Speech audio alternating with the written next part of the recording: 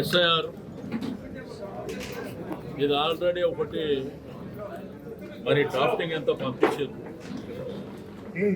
అయితే దీంట్లో ఏంటంటే ఏమైతే అబ్జెక్షన్స్ ఉన్నాయో దాంతోపాటు ఈ డ్రాఫ్ట్ లిస్ట్ లోపల ఇది కూడా ఒక్కసారి వెరిఫై చేసుకుంటే ఒరిజినల్గా ఉన్న వాళ్ళు ఉన్నారా లేదా అదొకటి క్రాస్ చెక్ చేసుకోవడం, కొత్త ఎన్రోల్మెంట్ కానివ్వండి, ఏదైతే షిఫ్టింగ్ అయిన ప్లేస్లో మళ్ళీ ఎగ్జిస్టింగ్ వేరే వాళ్ళు వస్తారు కాబట్టి అది కూడా ఒకసారి క్రాస్ చెక్ చేసుకొని దీన్ని పూర్తి స్థాయిలో అంటే అప్రాక్సిమేట్లీ రాష్ట్రంలో 94 లక్షల ఓట్లు తీసేయాలనేటువంటి ఆల్రెడీ ఒక కుట్ర ఒక ప్లాన్ అంతా జరిగింది.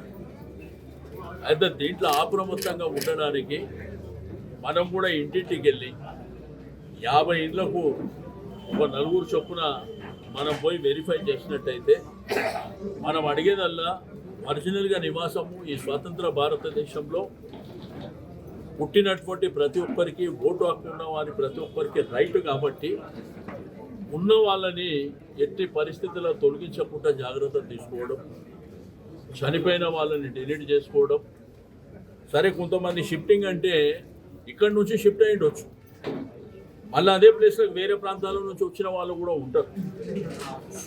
నార్త్ ఇండియనో లేకపోతే ఇంకోళ్ళు కాదు, హైదరాబాద్లో ఉన్న వాళ్ళు జిల్లాల్లో ఉన్న వాళ్ళు కూడా మరి షిఫ్ట్ అయిన వాళ్ళు ఉంటారు.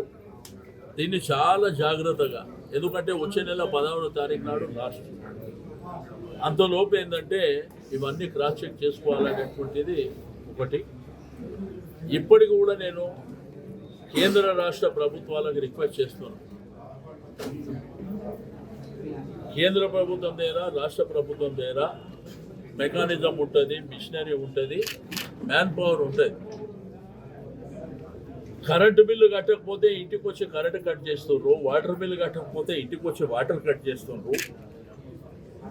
మరి అటువంటిది మీరు ఇంటింటికి మీ దగ్గర మ్యాన్ పవరు నెట్వర్క్ ఉన్నప్పుడు ఈ విషయంలో ఎందుకు జాగ్రత్తలు తీసుకుంటలేరు? ఇది కేంద్ర రాష్ట్ర ప్రభుత్వాలు సరే, ఎలక్షన్ కమిషన్ ఒక డైరెక్షన్ ఇస్తుంది. అల్టిమేట్గా మీరు వేరియస్ డిపార్ట్మెంట్స్లో ఉన్నటువంటి మ్యాన్ పవర్ ఉంటుంది, మీకు దాని మీద ఫోకస్ లేదు, ఫీల్డ్లో ఫోకస్ లేదు. ఈ ప్రభుత్వానికి అయితే కొట్లాడుకోనికనే టైం సరిపోదు. రెండోది, ఆ రోజు కేసీఆర్ గారు చేసినటువంటి కార్యక్రమాలు, ఆ రోజు ఆయన ఫౌండేషన్ వేసి ఒక మంచి కార్యక్రమాలు తీసుకొస్తే ఈరోజు రిబ్బన్ కటింగ్ ముఖ్యమంత్రి గారు, నువ్వు రిబ్బన్ కట్ చేసుకుంటే అభ్యంతరం లేదు, కానీ నేను నోటికి వచ్చినట్టు మాట్లాడే ఆ దురద ఏదైతే ఉన్నదో ఆ దురద తగ్గించుకో. ఎప్పుడైనా కానీ వేరే వాళ్ళని కించపరిచే విధంగా మాట్లాడితే ఎవడు ఊకోడు. ఇక్కడ మాకు కూడా వస్తుంది, నీకంటే అద్భుతంగా మాట్లాడగలరు. టీమ్స్ హాస్పిటల్ నువ్వు కట్టినావా? సనత్ నగర్ టీమ్స్ హాస్పిటల్ నువ్వు కట్టినావా? అల్వాల్ నువ్వు కట్టినావా? అంటే ప్రజలు అంత అమాయకంగా కలుపుకొని ఉన్నారని,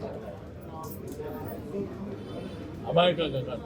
ఆ రోజేంది 2021లో ప్రపంచవ్యాప్తంగా దేశవ్యాప్తంగా మన రాష్ట్రంలో కరోనా వైరస్ వచ్చినప్పుడు ఆ రోజు వెంటిలేటర్లు కానీ ఆక్సిజన్ కానీ మనకు కావాల్సినటువంటి హాస్పిటల్లో కావాల్సినటువంటి ఎక్విప్మెంట్స్ కానివ్వండి ప్రాపర్గా అందుబాటులో లేకపోతే అక్కడి నుంచి పుట్టిందే కేసీఆర్ గారి ఆలోచన విధానంతో.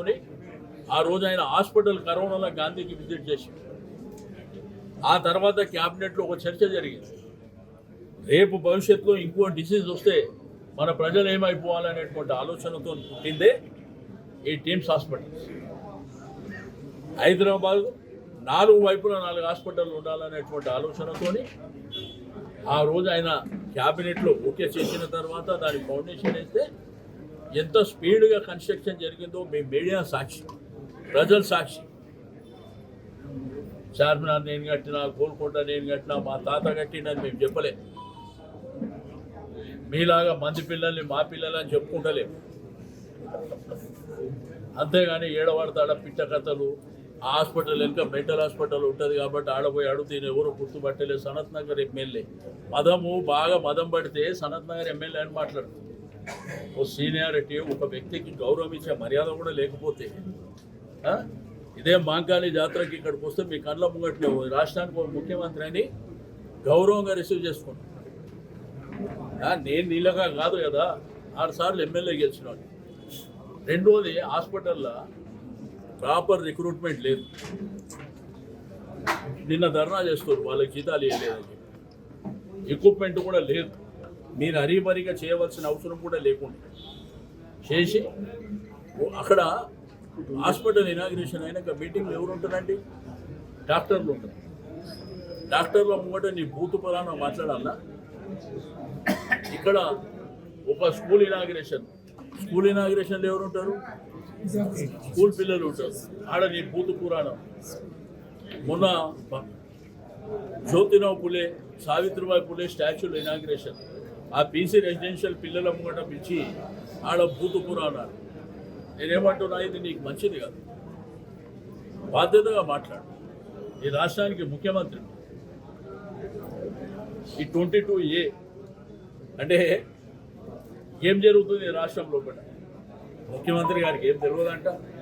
క్యాబినెట్లో హరీబరీగా మాట్లాడిందంట. మంత్రి గారు ఓసారి చెప్పిందంట.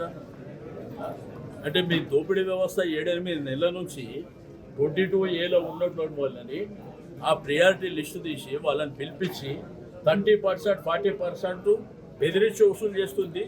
మీరు కాకపోతే ఇంకెవరు చేస్తారు?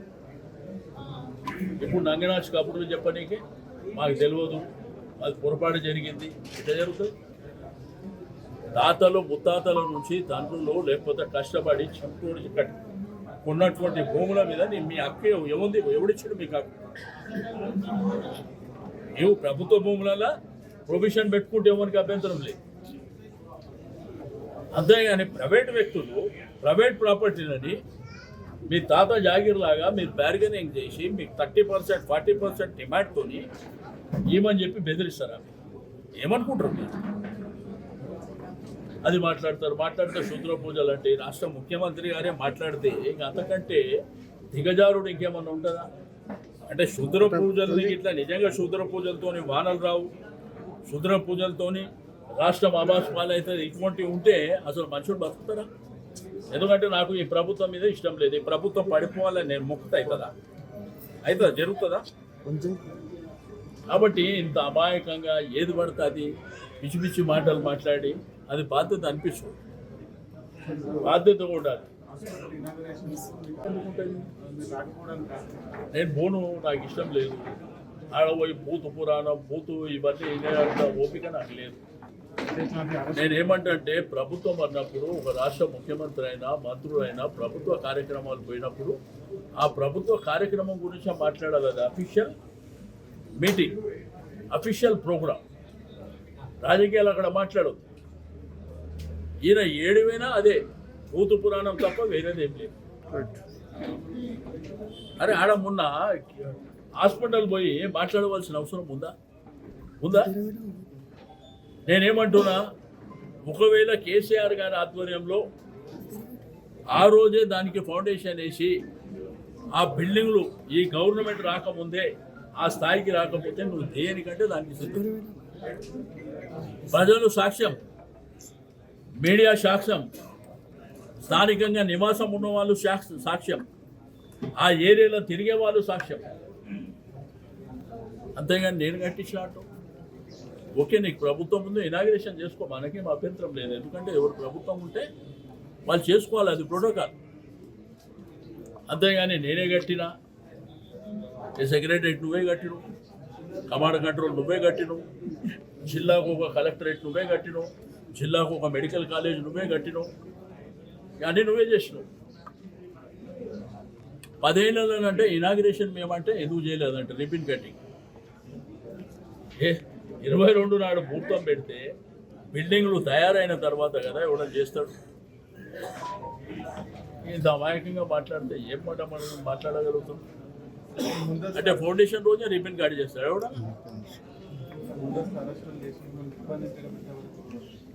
అరెస్టులు చేసి ఏమవుతుందా ఈ ప్రజాస్వామ్యం లోపల? ఇది ప్రజల కోసం జరిగేటువంటి కొట్లాట.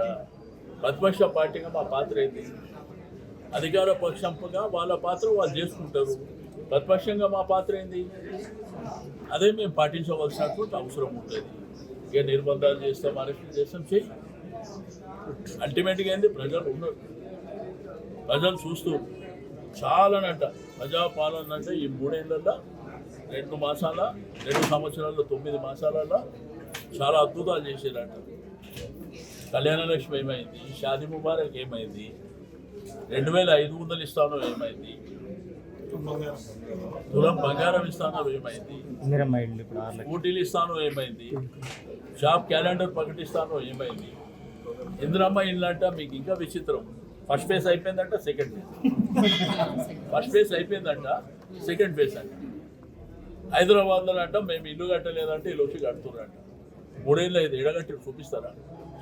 దానికంట 5 లక్షలేమో గవర్నమెంట్ ఇస్తారంటే 6 లక్షలేమో ఆ పేదవాళ్ళు కట్టాలంట.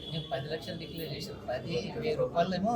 మరి ఇప్పుడు కేసీఆర్ గారు పేదవాళ్ళకి బెడ్రూమ్ కడితే 1 రూపాయి తీసుకురా ఎక్కడన్నా? అంత అద్భుతమైనటువంటి ఇల్లు కట్టి ఎక్కడన్నా తీసుకురా?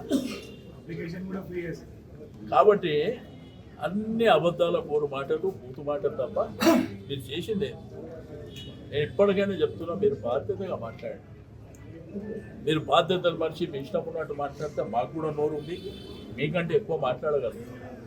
మాకు సంస్కారం అడ్డొస్తుంది కాబట్టి మేము మాట్లాడతలేము. నేను సంస్కారం లేకుండా మాట్లాడితే అల్టిమేట్గా ప్రజలు చూస్తారు.